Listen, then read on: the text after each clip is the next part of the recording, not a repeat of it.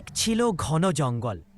সেই জঙ্গলে থাকতো এক বাঘ, বাঘ বাবা, আর তার ছোট ছেলে বাঘছানা।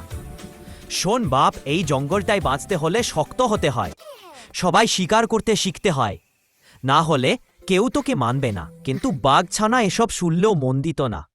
সে সারাদিন খেলাধুলা আর লাফালাফিতে ব্যস্ত।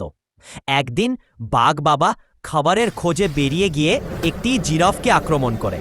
সে জিরাফের গলায় কামড় দেয়, রক্ত বের হয়ে আসে। জিরাফ চিৎকার করে, প্লিজ বাঁচাও। জিরাফটি দৌড়ে পালিয়ে যায় এবং বুড়ে এক ঝোপের আড়ালে গিয়ে লুকাতে গিয়ে পড়ে যায়, অজ্ঞান হয়ে যায়। সেই সময় বাঘ বাবার ছেলে ঘটনাটা দেখে জিরাফের কাছে ছুটে আসে। এই ওঠো, ভয় পেও না, আমি তোকে কিছু করব না, শ্বাস নাও, আমি আছি। সে পাতার পানি এনে জিরাফের মুখে দেয়, গাছে ছাল দিয়ে ব্যান্ডেজ করে। একটু পর জিরাফ ধীরে ধীরে চোখ খুলল। তুমি আমাকে বাঁচালে? হ্যাঁ, ভয় পেও না, সবাইকে শিকার করতে লাগে না, সাহায্য করলেই বন্ধু হওয়া যায়।